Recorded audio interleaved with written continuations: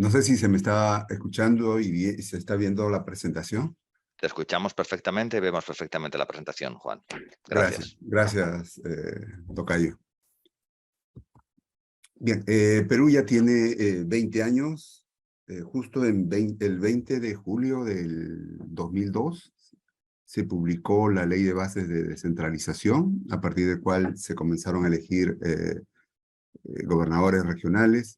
La experiencia municipal sí es un poco más antigua, las elecciones de alcaldes municipales ya tiene casi 60 años.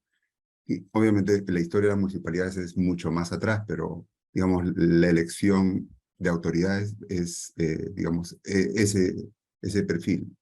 20 para regionales, 60 para municipales.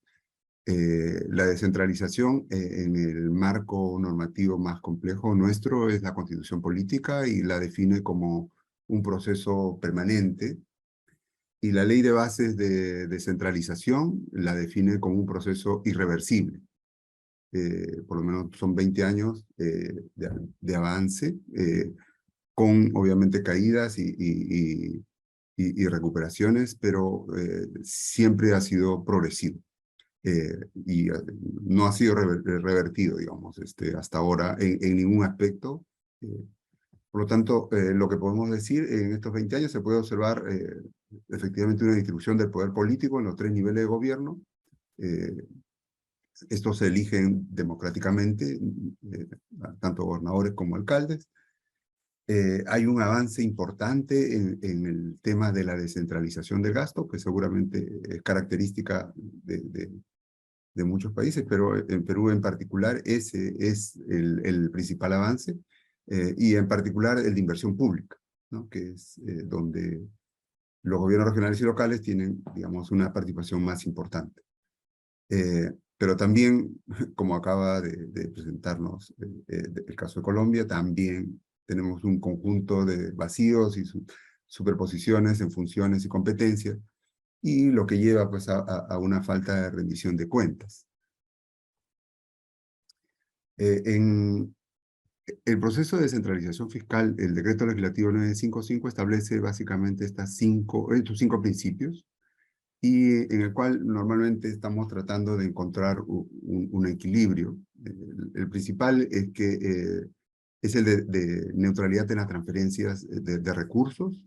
En el año 2000, si bien se empieza el 2002, empieza el proceso de ordenamiento, digamos, de funciones, competencias que debieran ser transferidos. Culmina a fines del 2007 con un shock descentralizador, y donde se hace el primer balance de qué funciones pasan a ser responsabilidad de los gobiernos regionales y locales, y obviamente acompañado con los recursos, con la transferencia de recursos que se presupuestaban en el gobierno nacional y que ahora tienen que estar en los gobiernos regionales y locales. Este proceso ha sido gradual, pero también ha sido limitado, ¿no? En el diseño se tenía programado un proceso de regionalización, conformación de regiones. Eso no ha ocurrido.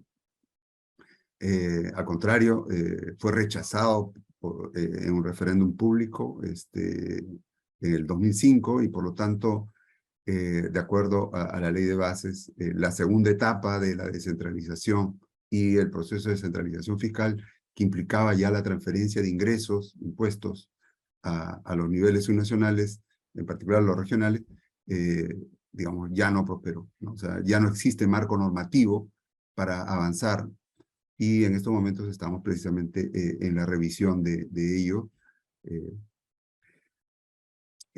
Si bien se hizo todo un diseño de funciones, competencias, en el camino se encuentra que la idea de no duplicidad, digamos, es un deseo. O sea, la realidad es bastante más compleja, y hemos visto que existen muchísimos vacíos y un montón de duplicidades en los 3 niveles de gobierno, que hacen que obviamente el proceso sea complejo. También se incluye el tema de responsabilidad fiscal. En este caso, el Ministerio de Economía y Finanzas, en particular nuestra dirección, es la encargada de establecer el marco fiscal de responsabilidad y transparencia fiscal, digamos, de los gobiernos regionales y locales, y hacer el cumplimiento de algunas reglas fiscales alineadas con las reglas del gobierno nacional, ¿no? Ahora, se trata de, digamos, que en la distribución de recursos también exista algunos principios de equidad. En la Constitución existe básicamente 2 artículos relacionados a incentivos y a transferencias de recursos. El artículo 77, que está referido a asignación de recursos para territorios, en particular a lo que se denomina canon, ¿no? Que proviene, digamos, de ingresos de la explotación de recursos naturales, pues el artículo 77, y en el artículo 44 existe una obligación del gobierno nacional de asignar recursos para el bienestar general, ¿no? O sea, que compensen todas aquellas cosas que el otro artículo genera.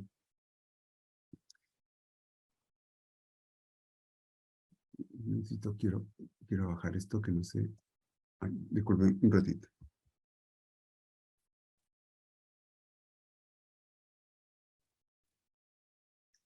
El marco de responsabilidad y transparencia fiscal que existe para los gobiernos regionales y locales, digamos, ha tenido muchísimas variaciones desde el comienzo del 2000. Se establecieron muchísimas reglas, pero finalmente con este decreto legislativo 1275 de diciembre del 2016, se redujo solo a 2 reglas, ¿no? 2 reglas fiscales, una de endeudamiento, es decir, una relación entre deuda e ingresos, y por otro lado, una regla de ahorro en cuenta corriente, de modo que no se genere deudas a partir de gastos corrientes. Por otro lado, se trató de establecer algún alineamiento entre las reglas del gobierno nacional con las de los gobiernos regionales y locales, ¿no? A veces es necesario, digamos, que cuando el gobierno nacional tiene algunas restricciones, los gobiernos subnacionales estén un poco más flexibles, finalmente para que se logren las metas del gobierno general. Los gobiernos regionales y locales que incumplen reglas fiscales están sujetos a medidas correctivas, y estas medidas correctivas implica que el gobierno regional y local va a tener algunas limitaciones, en particular de endeudamiento, ¿no? Que es la preocupación principal que tenemos nosotros. Las entidades que están sujetas a medidas correctivas tienen que elaborar lo que se denominan compromisos de ajuste fiscal, que es básicamente un documento que aprueba la entidad, lo remite al Ministerio de Economía y Finanzas, donde la entidad se compromete a una serie de acciones para cumplir algunas metas que permitan converger al cumplimiento de reglas fiscales. Es simple. Y el Ministerio de Economía y Finanzas lo que establece es un conjunto de asistencias técnicas para que estos gobiernos subnacionales puedan lograr las metas de su compromiso de ajuste fiscal.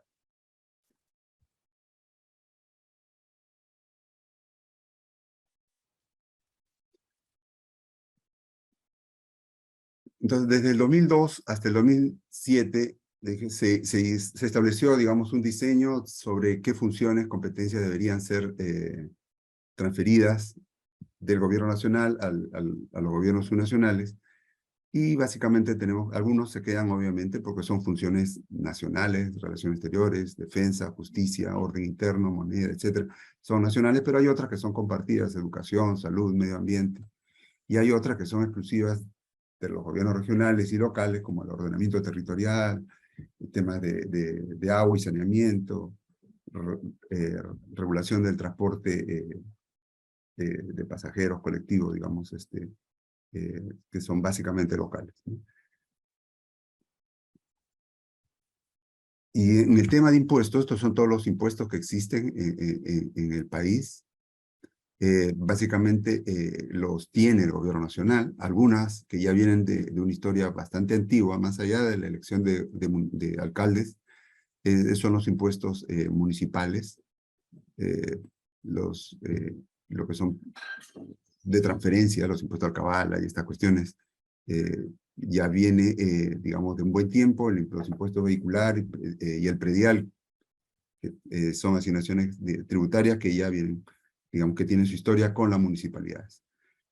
Los gobiernos regionales básicamente solo tienen algunas tasas, derechos por servicios que se brindan y no tienen impuestos asignados. Eso debió ocurrir con la conformación de regiones. No se constituyó y obviamente la transferencia de ingresos, impuestos, obviamente está limitado a eso. El gobierno nacional sigue administrando todos los impuestos y asigna, vamos a ver, a los gobiernos regionales y locales vía transferencias, ¿no? Hace un momento les comentaba que Perú tiene un importante avance en los temas de descentralización del gasto general, pero en particular los gastos de inversión, ¿no? Casi el 40% del presupuesto lo ejecutan los gobiernos regionales y locales. Hay un tema de la administración presupuestal, ¿no? Entonces, nosotros tenemos dos momentos, digamos, de medición del presupuesto, uno que es el que aprueba el Congreso, que se denomina el presupuesto institucional de apertura, el PIA, obviamente donde el presupuesto no es el que aparece ahí, es un poco menos, pero durante el año hay una serie de transferencias intergubernamentales que finalmente termina administrando esos recursos. Eso tanto para gastos corrientes como para gastos de inversión, ¿no? Pero en general tenemos, digamos, un buen avance en lo que son gastos. Y en ingresos sí, como estábamos viendo, está bastante limitado debido a que no se cumplió con la segunda etapa del proceso de la regionalización. O sea, hubo un rechazo popular, o sea, decía, hubo una consulta, no prosperó las propuestas de regionalización que se hicieron en el 2005 y se truncó el proceso. Entonces, en estos momentos se está en revisión las normas, digamos, y obviamente eso es todo un proceso más largo que implica, si vamos a continuar, digamos, con una segunda etapa, obviamente ya no con los mismos requisitos que exigía la norma inicial, sino establecer nuevas condiciones.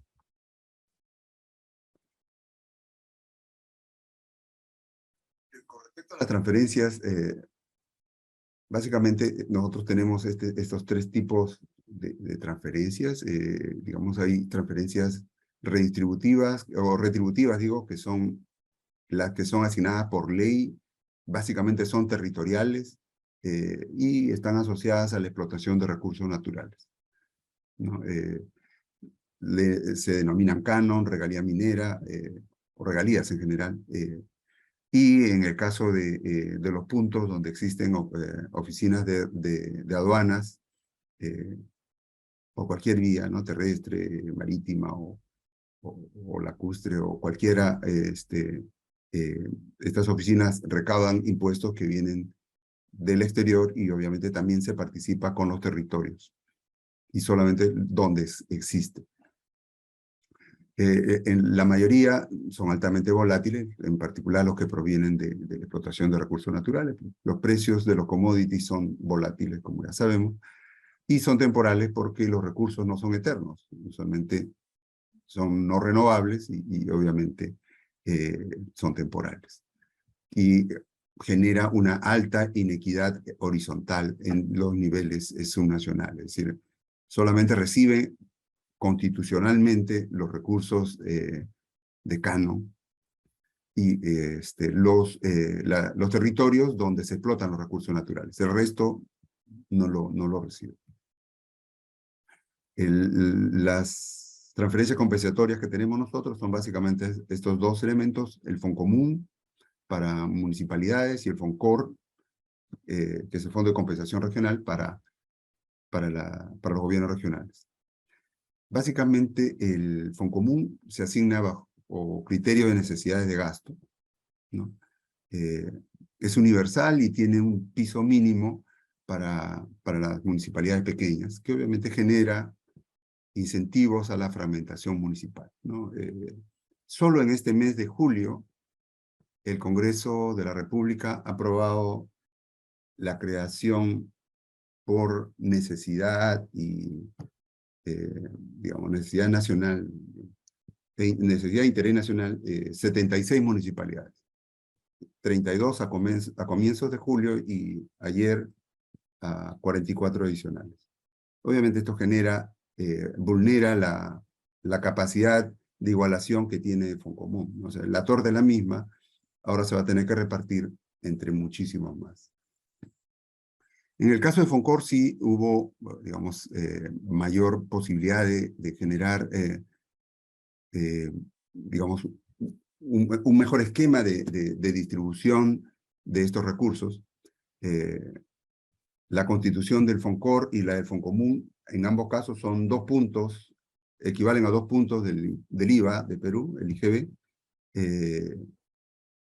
que son alrededor de 7.000 millones de soles. En el caso del Foncor, este año o sea, es progresivo, o sea, este año es 1.5, estamos hablando de poco más de 5.000 millones de soles, ¿no? El Foncomún sí son 7.000 millones. Y como estamos hablando de importantes recursos, la asignación sí utiliza básicamente tanto criterios de necesidad como de capacidad fiscal y algo de capacidad de absorción, ¿no? Pero, digamos, sí, es un recurso que está mejor asignado, financia básicamente inversiones, ¿no? Mantenimiento también de las inversiones y estudios para las inversiones. Pero, digamos, a diferencia del Foncomún, que sí es un recurso de libre disponibilidad para los gobiernos regionales, para las municipalidades.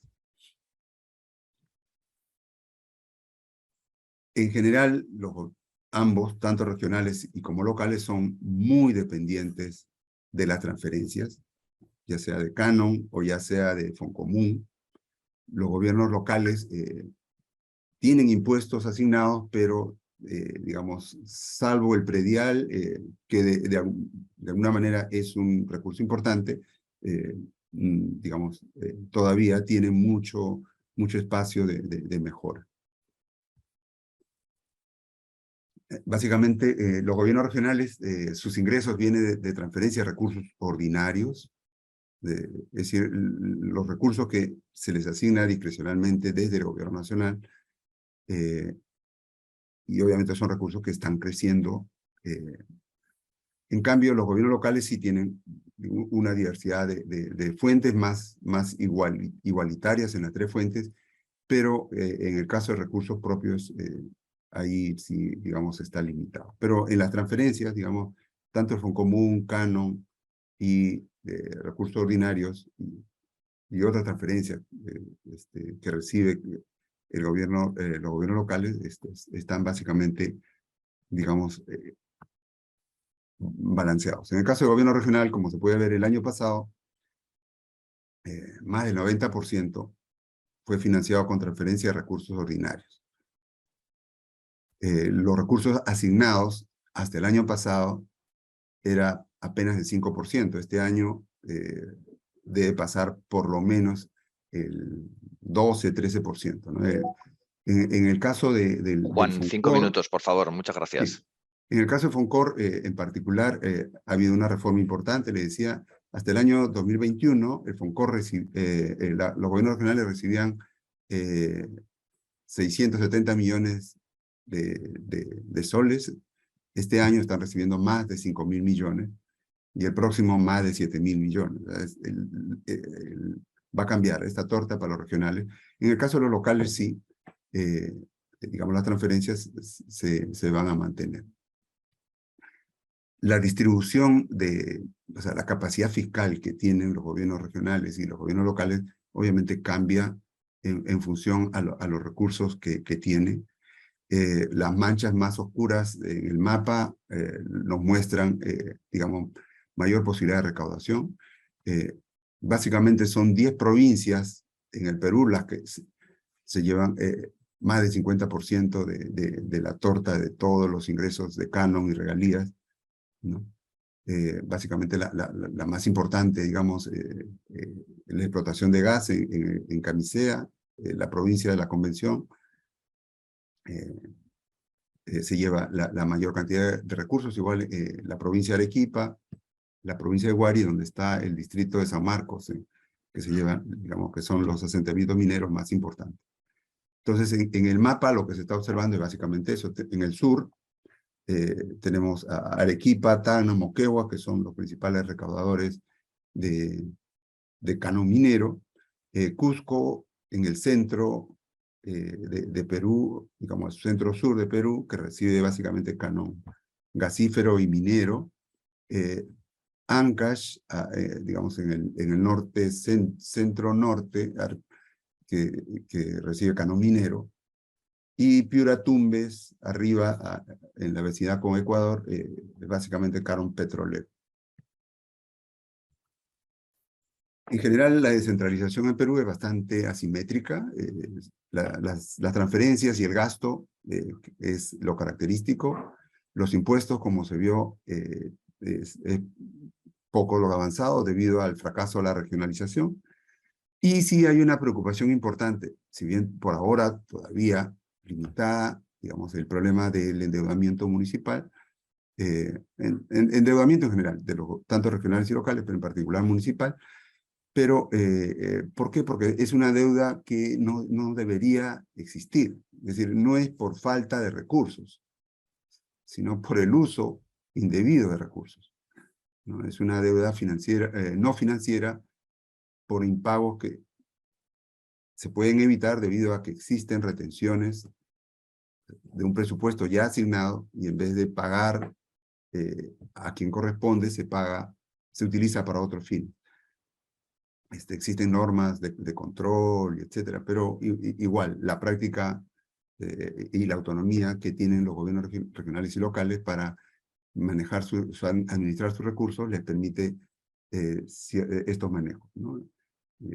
Básicamente vienen de la fuente planillas, es decir, se retiene impuesto a la renta, se retiene contribuciones a la seguridad social, al fondo de pensiones, y finalmente no termina depositándose. En el caso de los gobiernos regionales existe un tema que, digamos, no se debe asociar solo a la descentralización, ¿no? Antes del 2008, la deuda no financiera de los gobiernos regionales era administrada por el gobierno nacional. Entonces, una parte importante, la mayor parte de la deuda no financiera de los gobiernos regionales viene de transferencia del gobierno nacional, que no fue atendido por el gobierno nacional. Entonces hay algunos riesgos que sí nos preocupan, las inversiones que son altamente dependientes del canon, que son volátiles, los gobiernos locales que son altamente dependientes de Foncomún, y como ya hemos visto, se está creando incentivos a la fragmentación, y ahí tenemos un tema. El Congreso ha aprobado 76 municipalidades en un solo mes, más de lo que se ha aprobado en los últimos 20 años, ¿no? Las duplicidades y vacíos obviamente genera falta de rendición de cuentas, y los impagos sí nos generan un problema de preocupación, en particular para algunas municipalidades que están al riesgo de insolvencia. O sea, si fueran privadas, ya hubieran quebrado. Entonces, en nuestra agenda pendiente, que la última felizmente, tenemos, digamos, queremos aprovechar los espacios para que las municipalidades puedan mejorar su recaudación, en particular la predial. Hay una preocupación de generar alguna moratoria para la creación de municipalidades, porque obviamente eso debilita la capacidad de recaudación de la municipalidad. Tener municipalidades pequeñitas, solo es gasto administrativo y no aumenta la torta recaudatoria. Tenemos, digamos, algunas propuestas sobre el mecanismo de estabilización de recursos de canon, sobre todo para que las inversiones de los gobiernos regionales y locales, digamos, sean más predecibles, porque hasta ahora están asociados a estos recursos que son altamente volátiles. Hay espacio también de mejora para mejorar la transferencia de igualación, como el caso de Foncomún, le decía. Hay un Foncomún mínimo que nos está generando problemas. En el caso de Foncor, de alguna manera se ha hecho algo.